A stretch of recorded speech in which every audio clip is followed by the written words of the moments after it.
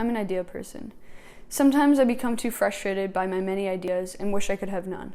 And sometimes I become inspired by others who commit to their ideas and turn them into reality. No, I am. She's videoing. Yeah, I like it when Jane's pink ball goes, or lavender ball goes. I think a highlight. Yeah. When I wanted to become a farmer was when I started visiting farms in college as part of a crop science course. I ate at this biodynamic farm and I was like, oh, this is really different. This is a cool direction to head. Okay. It wasn't really like started to make money or to produce a lot of stuff. It was started because I love doing it. So, What first made me think of it? I was handed an opportunity to turn a piece of property into something for the community. I took the approach of understanding the arts and understanding agriculture and realizing that this could be the perfect place to move that forward.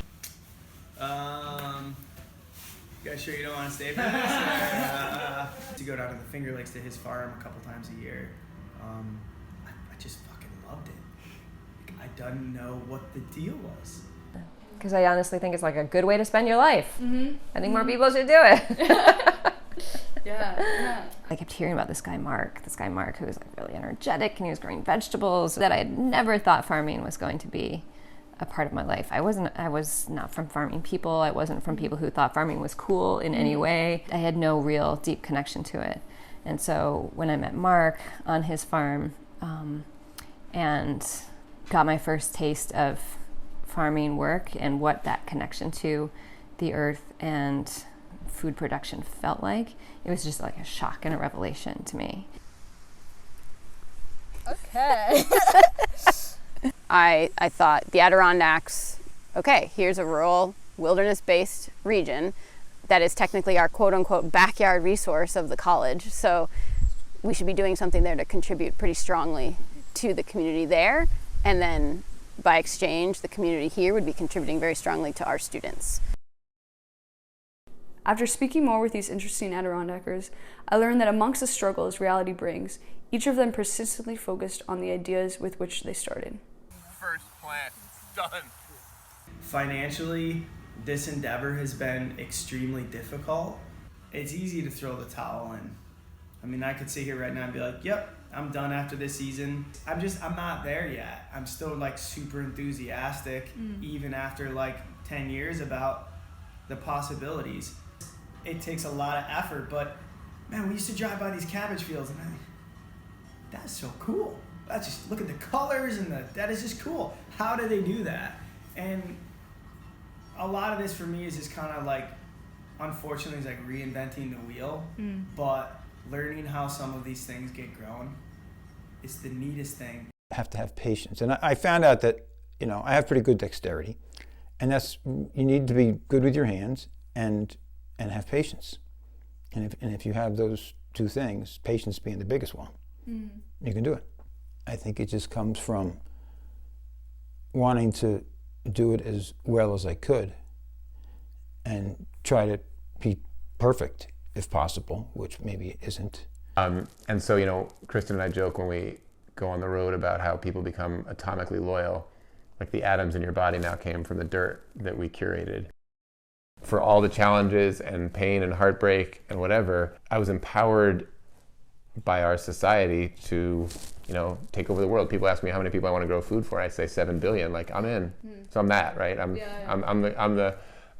the empowered white dude. But it comes from a firm confidence in myself that even when I mess up, I'm still alive and well. I'm not afraid to say that, but I'm also not afraid to tell you the 50 things that I did wrong this year, or the mistakes that I made with my family, my marriage, my business, my agriculture. Like, I want something fresh and raw and uncomfortable so that I don't fall into the pattern that everyone in the world has fallen into, which is if you become rich and powerful, are you still humble enough to be as generous as you were when you had nothing, right? And farming is a really good ground for that. Like the nature of weather and animals and health and complex microbiomes in the soil and in the guts of the animals and in the plant communication. You're like, I don't know anything. The thing about farming is that it will suck as much of you as you will let it. One of the hard things of the last 15 years is really just learning where to put the boundaries between self and farm, or writer self and farm, or family and farm. And it's lovely when they're all integrated and getting along, but those things aren't always, in smooth harmony. Sometimes they're kind of in opposition to each other. What is it about this life that nobody would describe as easy that gives you enough joy to get out of bed at 4 o'clock when it's 35 and raining and go do what you do?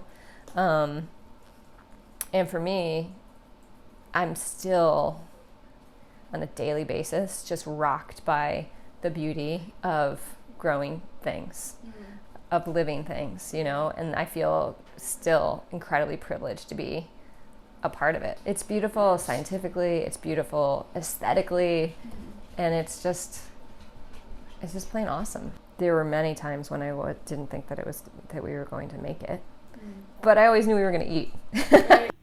Sort of disappointed in myself, right? Is that I felt like I didn't give the students the full toolbox that they could have used to be as successful as they could have been, right? And so that's what I really spent a long time creating. And so then I came up with those 5 living tenets. I'm a complete contradiction because I am a hermit in training, as I like to say, and yet I'm also creating this very, I hope, rich community-focused experience for my students. I did have people saying, yeah, good luck with that. That's never going to happen. Yeah, good luck with that. And to me, that's basically you just stoking the fire. I have a big filing cabinet in my head of all these crazy ideas that I've come up with.